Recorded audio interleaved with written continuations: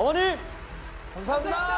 감사합니다. 앞에서는 좋은 사람인 척 뒤로는 직원들을 뒷조사하고 그걸로 직원들을 차별해왔던 팀장님. 이 오피스 빌런 때문에 너무 화가 납니다. 와, 너무 무섭다. 근데 뭐 직원들 몰래 뒷조사를 하고 그걸 가지고 이제 차별 대우했던 팀장. 뭐 그런 비슷한 경험을 뭐 본 적 아니면 당한 적 저는 있어요? 뒷조사를 한 건 아니었고요. 그냥 외적인 거에 대한 평가를 많이 받고 그런 거 뭐 머리 하나를 바꿔도 어느 날 제가 파마를 하고 딱 갔는데 어머 정우야 일로 와봐. 너 파마했어? 막 이렇게 하셔가지고 네 저 파마했어요 했더니 어디 누가 파마를 막내가 마음대로 하냐면서 그런 거 할 때는 꼬박꼬박 보고하고 하는 거라고. 헤어스타일을 바꿨는데. 네 그런 거랑 찢어진 청바지 못 입게 하고 음. 네 그런 게 있었죠. 예전에 저도 신인 때 차별 아닌 차별이 야 쟤네는 대학도 안 나온 애들이야. 쟤네 그냥 양아치 애들 와갖고 뭐 코미디 하는 거 개그도 아니야. 저게 막 이런 얘기를 너무 많이 들어서 사실은 그게 좀 스트레스를 좀 받았어요. 내가 개그 하는데 왜 코미디 하는데 그렇죠. 그게 대학을 무슨- 나와야 되고 네. 그래서 나중에 전세가 역전됐을 때 내가 그들의 코미디를 보면서 아 대학 나온 개그가 저거야. 이렇게 제가 놀렸던 네, 오히려. 아이 대학 나온 주제 어딜 가니? 풍자. 아니 사실 근데 지금 VCR 보면 약간 능력과 상관없는 걸로 지금 차별받잖아요. 근데 저도 같은 부서에 좀 이렇게 우리가 딱 봐도 예쁘고 좀 이렇게 늘씬한 이런 분들이 팀장님한테 항상 결제를 받으러 가면 한 30분? 막 어떨 때는 1시간 있다 와. 근데 저는 항상 가자마자 그냥 1초 만에 그냥 모든 게 인사도 안 해요.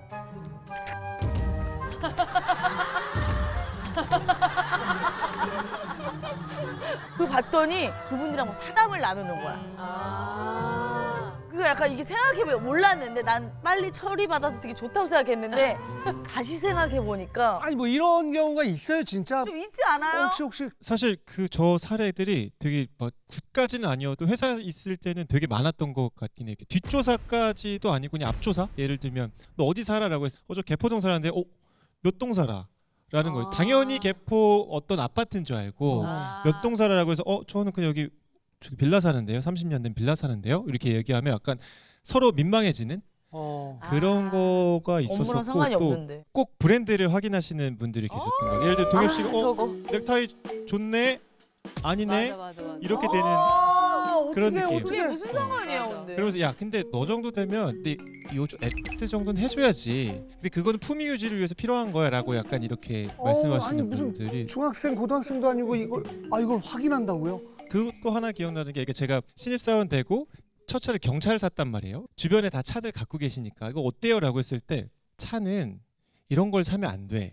다른 사람을 위해서도 이런 걸 사면 안 된다라고 하시더라고요. 그래서 왜요? 라고 했더니 예를 들면 얘랑 나랑 외제차 둘 다 타고 다녀서 우리 차 얘기하고 있는데 네가 와봐. 너 때문에 차 얘기 못 할 거 아니야. 어머. 라고 이제 이야기를 하셨던 기억이 나요. 그래서 이런 식의 대화가 어렵지 않게 보이는 계속 대화인 것 벌어지는 같아요.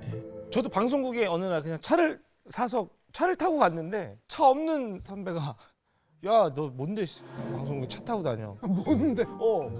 면허 있는데요. 그러니까 맞을 뻔했어요. 그래서 차 타고 다니지 말라고. 예전에는 예전에는 막 그런 게 있었죠. 그리고 요즘에 직장에도 그거 있어요. 남편이 직급이 그 정도면 그 이상의 차는 못 산다 하더라고요. 상사보다 높은. 그렇죠. 그렇죠. 그래서 그런 것도 다 어머. 신경 써야 되고 그런 게 있더라고 내주할 때 보니까. 예전에 아버지가 이제 퇴직을 하셔가지고 퇴임식에 가야 돼서 연차를 썼었거든요. 근데 며칠 뒤에 그 상사분이 와가지고 너희 아버지 직급이 뭐고 뭐 어디 다녔지 해가지고 소름이 돋는 거예요. 그래서 어떻게 아셨냐 물어봤더니 검색을 아버지 이름을 이력서에서 찾아가지고 제 앞에서 면전에 내놓고 그걸 내가 검색해봤어 이렇게 말하니까 제가 오히려 벙지더라고요 그 상황에서. 네. 이거 방송 나가면 지금 회사 다니는 분들 모두 윤 차장 아버지가 퇴임식까지 했대.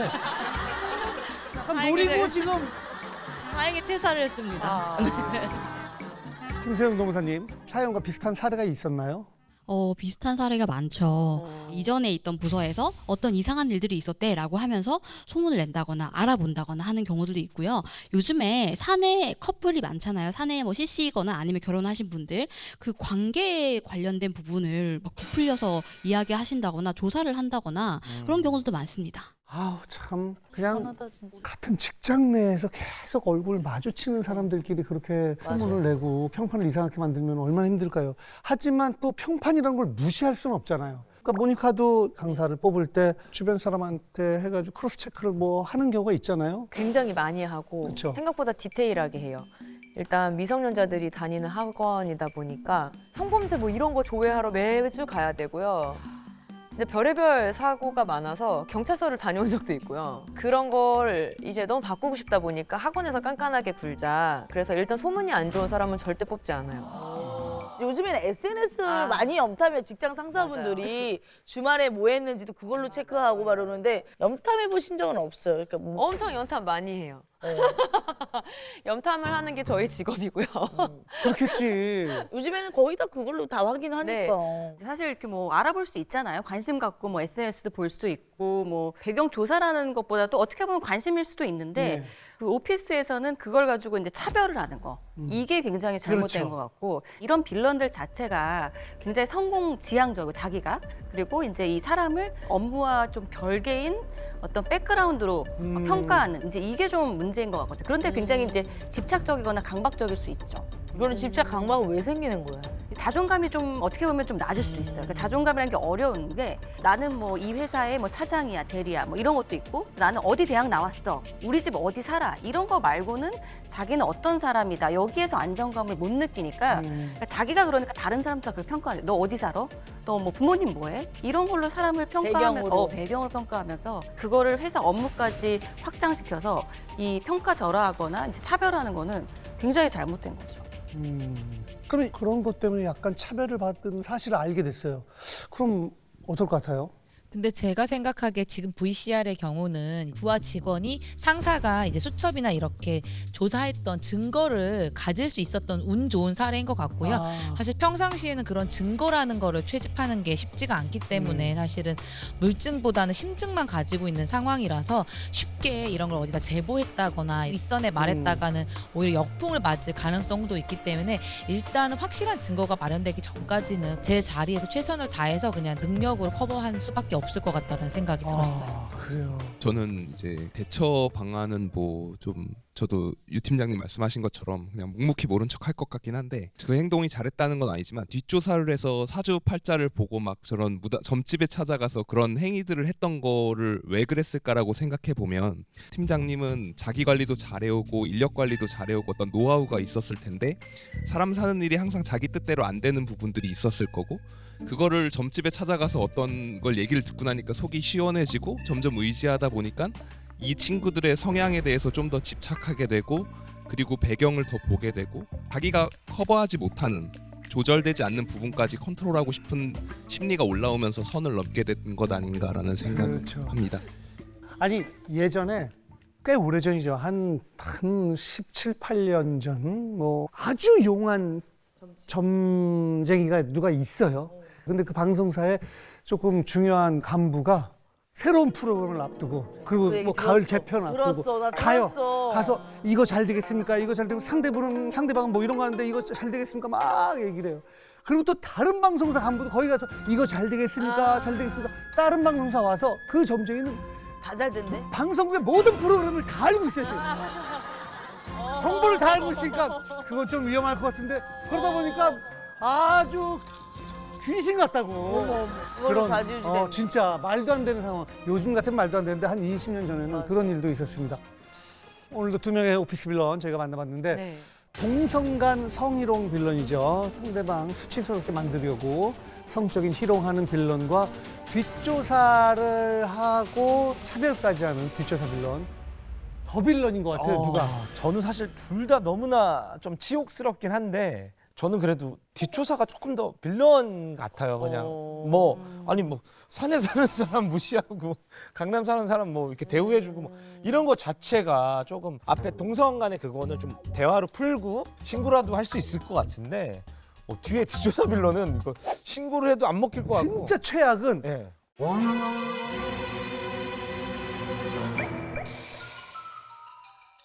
신고를 해도 안 먹힐 것 같고 진짜 최악은 예. 오 강남 살던데 하면서 이게 그냥 최악 어우 생각만 해도. 어벤져스죠, 그거. 어벤져스예요, 어벤져스. 그 사람은 진짜 빌런 올스타전에 나가야 돼. 자, 우리 빌런 감별단 여러분은 과연 둘 중에 누가 더 최악의 빌런이라고 생각을 하는지, 더 최악이라고 생각하는 빌런 사원증을 들어주시기 바랍니다. 하나, 둘, 셋. 좀 갈렸다 그래도. 하나, 둘, 셋. 좀 갈렸다 그래도. 빌런 감별단이 선택한 최악의 오피스 빌런은 뒷조사 빌런입니다. 뒷조사 빌런을 든 이유는요? 저는 이제 누구를 자를 것이냐, 아니면 누구를 남길 것이냐, 누구랑 일할 것이냐인데, 이분 같은 경우 내가 뭘 할 수가 있는데 똑같이 해도 되고, 네. 근데 이분은 내가 똑같이 하기도 싫은 거지. 뒷조사를 똑같이 하기도 쉽지도 않고 약간 크리피하다 그래야 되나? 깨름직한, 여기가 짐승이라면 여긴 벌레 같은 느낌? 그래서 소름 돋는 느낌이라 더 이쪽이 더 싫었던 것 같아요.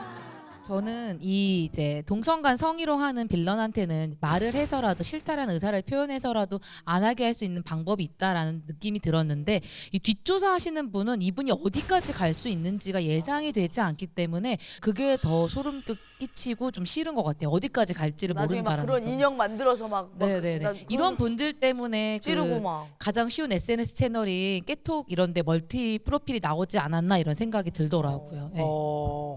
반면에 동성간 성희롱은 정말 힘들다. 사실 이 동성간 성희롱한 분들한테 하지 말라라고 했을 때 안 하는 경우들이 많지 않아요. 제가 봤을 때는. 그러니까 기분 나빠하면서 은근슬쩍 다른 사람에게 타겟을 옮기는 경우들은 있는데, 이걸 완전히 고치는 경우들은 또 많지 않거든요. 그리고 공개적인 자리에서 모든 직원이 보는 데서 블라우스를 막 열거나 이런 행동들은 사실 범죄에 가깝다고 저는 보거든요. 트라우마가 굉장히 심하게 남을 것 같아요. 그래서 정신적인 충격적인 측면에서 봤을 때 이분이 더 좀 문제가 있지 않을까 생각합니다.